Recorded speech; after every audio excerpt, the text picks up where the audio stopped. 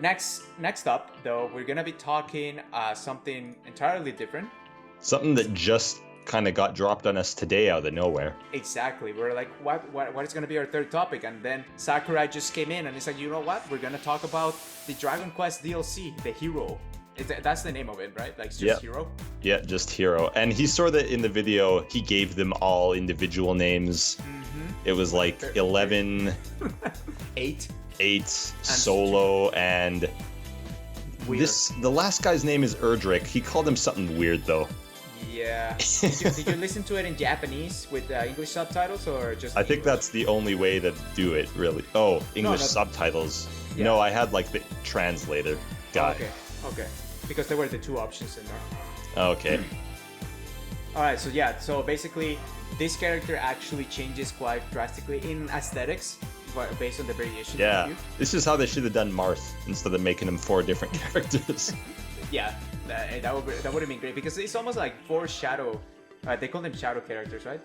Echo characters, Echo fighters, not shadow. Yeah, sorry, Echo fighters, which is kind of cool. I like the way that there's a lot of like content variation, visual variations on them. Yeah, I think if you were gonna do this character, this was the way to do it because I don't really think Dragon Quest is in the sort of like Final Fantasy has Cloud, and that's the Final Fantasy character that everyone knows. I don't really think Dragon Quest has that. So taking kind of a few of the bigger ones and putting them all into one character, I think made the most sense. Yeah. So next thing, the character actually came out today. Yep. Like it was just like, oh, here's the character's preview, and here it comes out today. So Matt, you played the actual character. So yeah, I tell us played a little bit about it. Few matches as him. So his sword moves feel very similar to Link. He's got the sword and the shield going on. Some of his moves feel like basically the same. He's got like that dash attack, jump slash move. Oh, the dash attack is the jump slash. Yeah, that's awesome. yeah. He's got the same dash attack as Link, the same down smash. Okay. A few other moves feel a bit similar.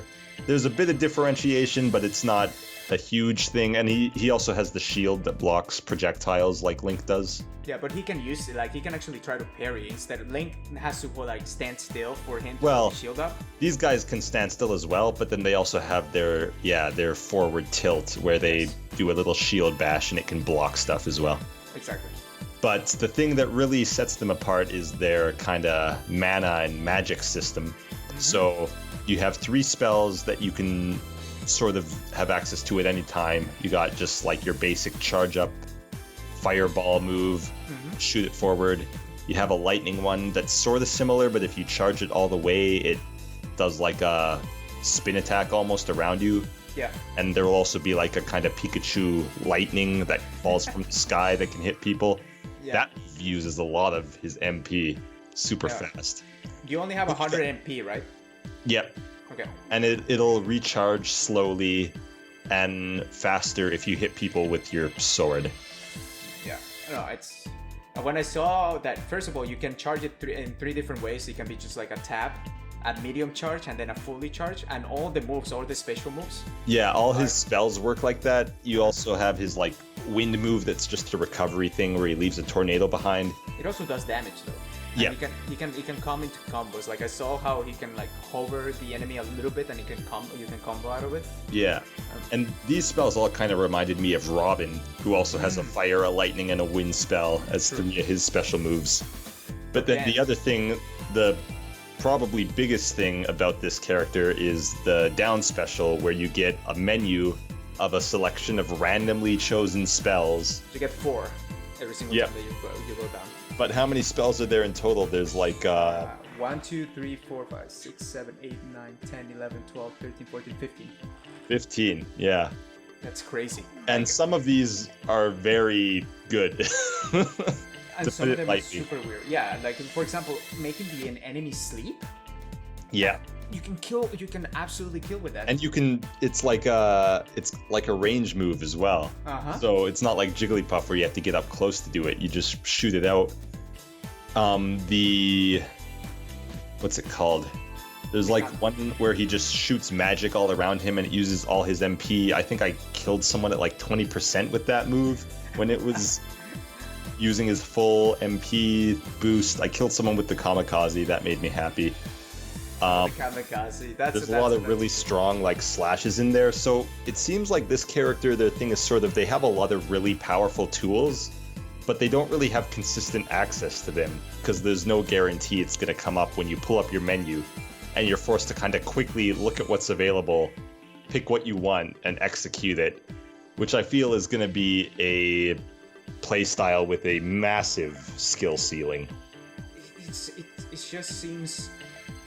Okay, first of all, when I first saw him, I'm like, this is absolutely insane what he can do in terms of all the abilities that he has on the down special, and also the normal abilities that he has with his MP.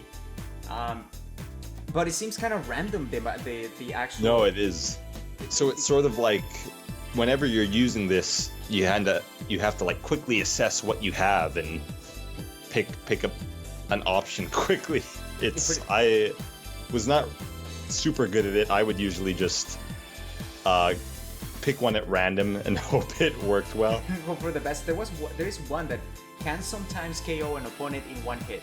Percentage change is based on opponent's damage. Like you can, it's actually a kill hit. Yeah, and then there's one, probably the most specific move, one that instantly kills a metal opponent. A metal opponent. Yeah, but what is a metal opponent in this aspect? An opponent that picked up the item that makes you metal. Yeah, but if you play, I'm always thinking of the 1-to-1s, like no items, 1-on-1, they sweaty. In that case, the only case where it's ever going to be useful is if another hero uses the move that makes them metal. Okay, so at that point it becomes absolutely Garbaggio. Yeah, and I feel like this is probably here more just as a reference than anything, because in Dragon Quest there are special metal enemies that give you a whole bunch of EXP. So yeah, I think it's a reference to that. There must be some move in Dragon Quest that kills metal enemies. What's that? I wonder if they limit it. Like if they limit the... Like if that move doesn't seem like it's useful at all on 1-on-1s, I wonder if they take it out. I don't know. Oh, I had it come up when I was fighting CPUs with no items. So okay, never mind. So it's a swing and a miss. It's a roll of the die. Yeah, it's a bit like Game & Watch has that one move that's basically random, where he holds up a number and it does some random thing. Yeah, but this is kind of like that, but you have a slight bit of control over it, but it's also a bit harder to execute quickly, because with Game & Watch you also know that no matter what number he holds up, he's always going to swing a hammer forward. Yeah. Whereas this, you don't know if you're going to be using a close range move or a long range move or a heal move or... For a second, I thought it was going to be like the Minato arts from Shulk. That would be like, crazy if he could just pick and choose at will. Yeah, but when he kept going with the abilities, like kept going and going and going, I'm like, no way that this is like Minato arts. There's no a menu of 15 abilities that you can choose from. There's no way. Yeah. But overall, I actually found myself enjoying the hero a lot more than Joker, personally. Oh, really? Just, I said I'm not too good at using these spells yet, but I still had a lot of fun doing it.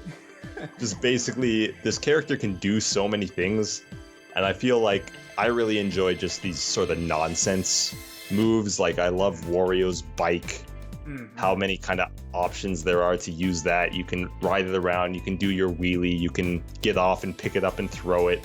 Yeah. And... Sorry?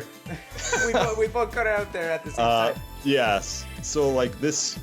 Just the amount of stuff this character can throw out, I really enjoy. And yeah, his playstyle sort of similar to Link, who I like, but with less arrow spam. Yeah. Well, Link, it has a special place in my heart. That's my main. Okay, you don't have to make fun of it. But yeah, I was enjoying this character a lot. I think the stage is pretty cool. It's fairly straightforward, just kind of another... There's one main platform, and other platforms will sort of show up. Yeah. I didn't get to try fighting a mimic. You probably had to turn items on for that, but I think that's a nice touch that those can show up. The ones in the chest, you mean? Like the enemies? Yeah, the chests that end up being enemies, and if you fight them, you'll still get an item out of them. It seems very fun. Like if you're gonna play as in a party setting, It Yeah. seems like it's gonna be very fun. What I'm actually interested in seeing is how the competitive scene Yeah, I'm picks up curious this too, character. because this guy can do some real scary stuff, and it's just a matter of how feasible it's going to be when it's sort of tied to randomness. Exactly. That particular part, and also I don't know if his moves. How do they balance it? That's the thing that I'm not entirely sure, because it seems like some of the moves are kind of crazy based on the preview. Again, I haven't played the character yet. Yeah, and like But- again, I think that the idea with this character sort of seems to be that they have very powerful tools, but the downside, like that's the upside, and then the downside is just that they don't have access to them consistently. Yeah. And we'll see, I guess, if that balances itself out. The one aspect that I'm not so crazy about is the critical hits, which is basically sometimes when you do a smash attack, it's very strong. And I had a few critical hits when I was playing that KO'd at very low percentages. And Yeah, the critical hits is also a random aspect. Like yeah, and yeah, I wasn't super fond of those because they don't. I feel like they don't really add anything like the magic does. The magic is like a whole bunch of interesting tools you can use. The critical hits is basically just sometimes you get lucky and your attacks are stronger than other times. And that's not all that interesting to me. Yeah. Again, it just came out today. I'm actually excited to see what people are gonna do with it. Like actually, people that know how to play this game. Yeah. Their soul, pretty much. Who's your favorite hero? Which My one do you favorite- like of the look of four? the best? Yeah. Oh, it looks the best. The one with the bandana. Absolutely. Yeah, I agree. I like the guy from 8 as well. It's amazing. And he has a little hamster on his pocket. Like, Yeah. you see that? That's amazing. Like, why wouldn't you be the favorite? Although the one for Dragon Quest 2 looks like a Dragon Ball character, so I like him too. Oh, the one from 3, you mean? 3, sorry. 3. Roderick? Yeah. Yeah. I didn't much like the sort of green-haired one at first, but he's kind of grown on me as well. Oh, yeah? Yeah. I thought he looked a bit too much at first, too much bit. going on. Yeah. But I don't know. Just today I started finding I like him more, and he's also got a slime earring, which is great. Oh, I didn't even notice that. That's actually pretty awesome. That's great. All right, I think that's what we got for you today. But again, thanks everybody who joined us for the third episode of Chat and Games, our weekly Nintendo podcast where we have a particular theme, this theme being Fire Emblem for the next little while. Or there may be some Nintendo Direct news and things that we tackle at the end. If you like what you see or what you hear, this is gonna be, again, we stream this live on Twitch on Tuesdays. Then the following day, hopefully, we're trying to streamline the pipeline yet. But the next day, the audio version comes out on SoundCloud and iTunes. We finally got approved on iTunes chat, so that's that's awesome. And if you I like how you apologize for calling them chat and then correct yourself to call them buds. yeah, but buds, it's a better term, I believe, because chat is very tied to Twitch. That's what I'm saying. Oh yeah, fair enough. Fair enough, right? And the next, but if you like to see more, like if you're a visual person but you still want, or you don't like, you are like SoundCloud, iTunes, I don't want to use that, then you can find it on YouTube as well. We're gonna where we break down each video into the different topics and we post them in sequence. So if for example we post the audio tomorrow, then the following day will be part 1 on YouTube, following day part 2, so on and so forth. Again, if we are the game of the month is Fire Emblem. That's the one we've been playing. So if you wanna give us your thoughts and more feedback about the game, or you just want to share your story, you can. There is a chat on there's a Discord chat, and there's a channel specifically for Fire Emblem this month. So go ahead and do that. Other than that, that is Chat and Games. If you want to see more of It's All Fun and Games, we live stream Monday, Wednesdays, Saturday, and Sundays. Melvin live streams. Yeah, well, I do. Matt is there in support. I'm there in spirit, yeah. In spirit, exactly. In the chat. In the chat. Sometimes. In a tab sometimes. I feel there is sometimes. But in any case, I think that's everything we have to cover. Any final thoughts, Matt? Nope. Bye. Beautiful. All right, we're signing off, buds. Have a good one.